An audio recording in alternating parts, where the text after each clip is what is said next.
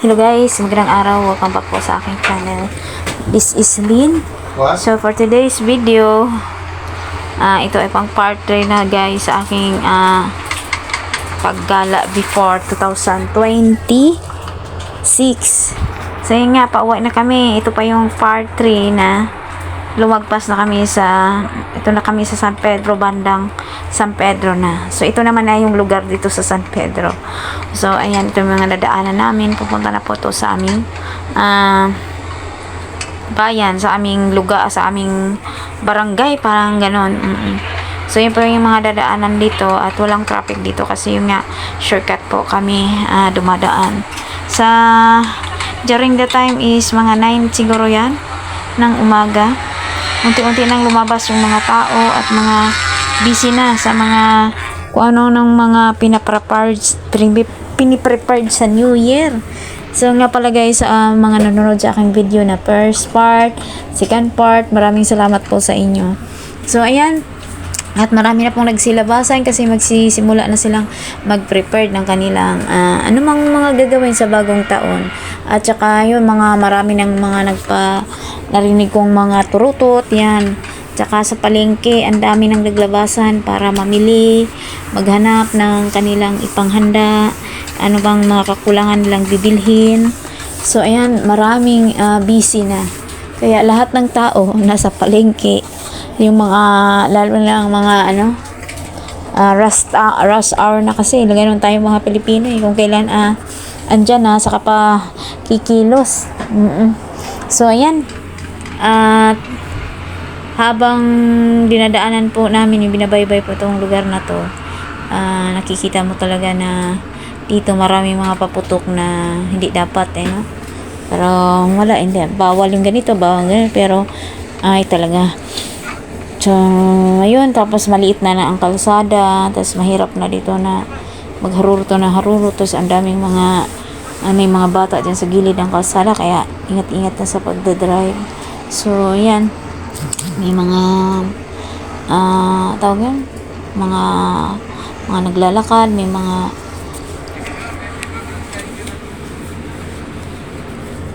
pasensya na guys, at ako'y inaantok. Mahirap pag mag voice over no?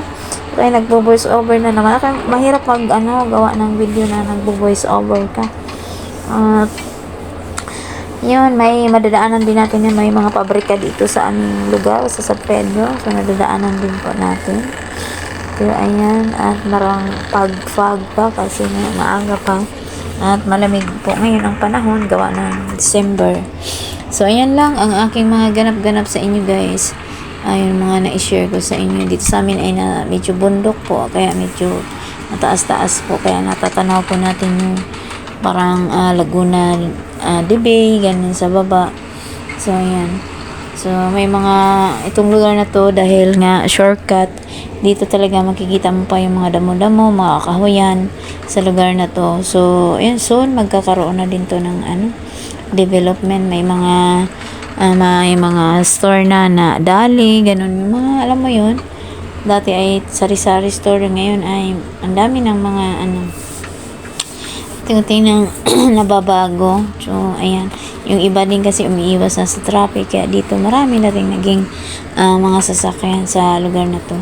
At saka pabrika din to, mga kasari dito sa bandang Alaska banda, mga ganun tinatawag namin dito. So ayan, habang kami papalapit na, ay nagulat ako kasi nagagawa din kasi ako ng vlog. Habang nagagawa ako ng vlog, hindi ko na akalain na malapit na pala kami sa lugar namin. So parang chika-chika lang ng isang oras ay andyan na. So iba talaga pag may sasakyan ka na, anytime kung saan ka pupunta, tsaka kung anong gusto mong lalo na ngayon mauso na yung Waze, kaya makakarating ka na kaagad sa yung pupuntahan. So ayan, so yun lang guys, maraming salamat po sa inyong panonood. See you my next vlog. At mahaba pa nga to, mahaba pa pala, kaya naantok na sa pag-voice over kasi haba pa naman ang aking video. 3 parts ba naman to. So ayan, pag-uwi namin ay si Apam ay hindi din siya masyado nakakatulog siguro kasi syempre siya lang mag-isa that time. First time po niya matulog mag-isa sa bahay. So, dahil nga pumayag naman siya kahit ayaw niya, ay kasalanan niya, pumayag siya, dapat uuwi naman talaga kami kahit gabihin kami. Pero kahit ganon ay, ayun, wala siyang choice. Kasi sabi niya, gabi na din, gabihin daw kami. Kaya ayun, pumayag na lang din siya, dito kami matulog sa aking BFF sa Cavite. Wala siyang choice. Tapos, ayun, gabi na din kami natulog. Nag-usap pa kami. Naging LDR kami sa sa araw na yun eh. Tapos, ayun. At, pag-uwi namin, marami kaming bring home. Yung mga tira-tira na kasi, may mga tira-tira pang pagkain yung BFF ko. Ay, instead na idagdag nila sa kanilang New Year, pinadala niya sa amin yung iba. Ayun, tapos, ayun. Yung aming handa sa New Year ay nadagdagan. So, ayan, may biko akong dala. Yung karyoka. Ay, palamig na yun. May share ko na sa inyo, guys. So, yun. Naidala ko. Tapos, konting, ang aming handa ay konting, may yun, abangan nyo po yun. So,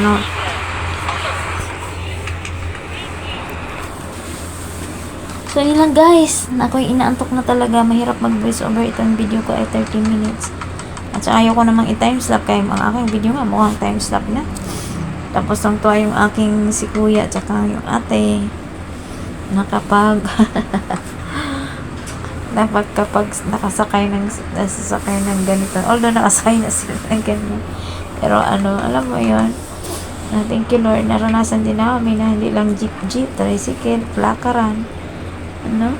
Simple lang para sa iba ay napaka-buki or ignorant, but for me ay sobrang thankful po kami. Thank you Lord. So ayan, salamat po sa mga taong ginamit mo. Thank you po. Ayan, nawa nga sa taong 2026 diniliklara po natin na favor upon favor na mumula sa Lord, grace upon grace, healing upon healing, financial breakthrough upon breakthrough. Yun, lahat ng aspeto ng ating buhay ay lalo pang lumalago, lalong anumang pangailangan ang Lord po nawa ang magbigay sa atin ng lahat ng pangailangan. Salamat po sa buong taon, sa pagsama at sa mga nakalipas na taon. Ito pa rin tayo. At minsan marami pa tayong mga pinagdaanan na tago, pero salamat sa Lord.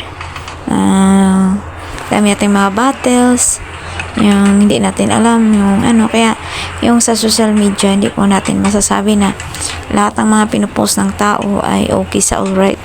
Yung iba nagpo-post lang po yun sila para malibang mawala yung stress. Hindi po natin dapat talaga i-judge kung ano pong ating nakikita sa ating mata. Kasi hindi po natin alam yung mga pinagdaanan nila. Kaya be thankful and grateful po tayo. So kung masaya sila dapat damayan din natin sila ng kasayahan. Kung malungkot po sila ay damayan po natin. So yun po yun. At kung maaari isama din natin sa panalangin pag pinapaalala ng Lord sa atin yung mga taong kagalit man natin, ka-vibes man natin, o ano pa man. So, ayan. Salamat po. Nawa sa 2026 ay lalago ang ating mga kung anong meron tayo na. Yung mga nawala, ibabalik ng Lord ng higit pa sa di natin inaasahan. At yung mga nawala na ibabalik ng Lord ng higit pa sa ating inaasahan.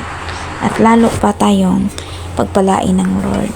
At nawa patuloy tayong may connection at relasyon sa Kanya. Lumalim ang ating pagkakilala, lumalim pa ang ating buhay spiritual, Kasi yun po yung magdadala sa atin ng eternal life. Ayun mga kapatid, maraming salamat to all my viewers, to all my members. Thank you so much for watching. and to all the super chatters since I starting YouTube. So thank you so much guys, thank you.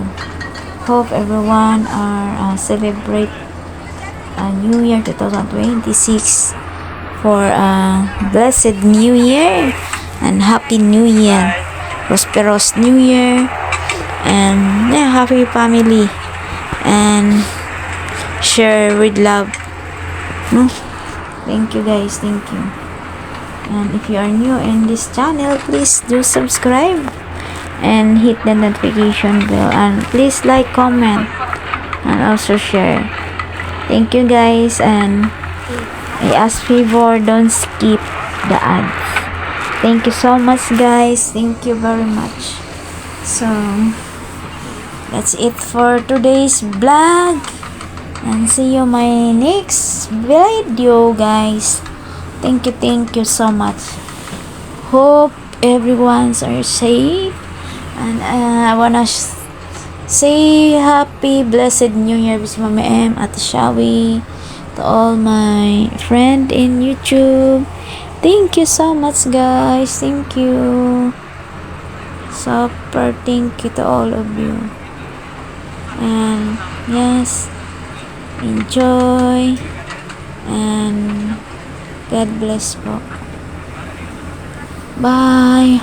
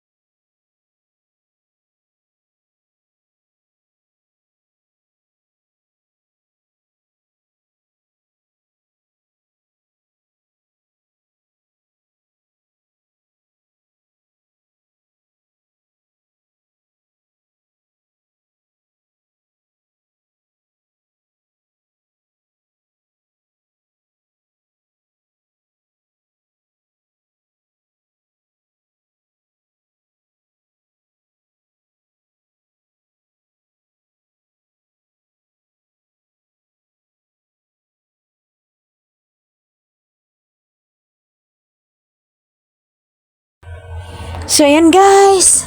Ito na talaga guys. Ito na yung aming lapit na kami dito sa aming village. Ayan, maraming salamat po sa inyo. At si kuya, ang aming driver, ay stop na kami dito at bibili na lang siya ng buko para sa kanilang pang New Year din. Ayan, thank you so much. Salamat sa Lord sa safe travel. Parating na kami dito sa bahay at maraming salamat po kayo sa Cavite. Ayan. Happy New Year po everyone. Today is December 31 na.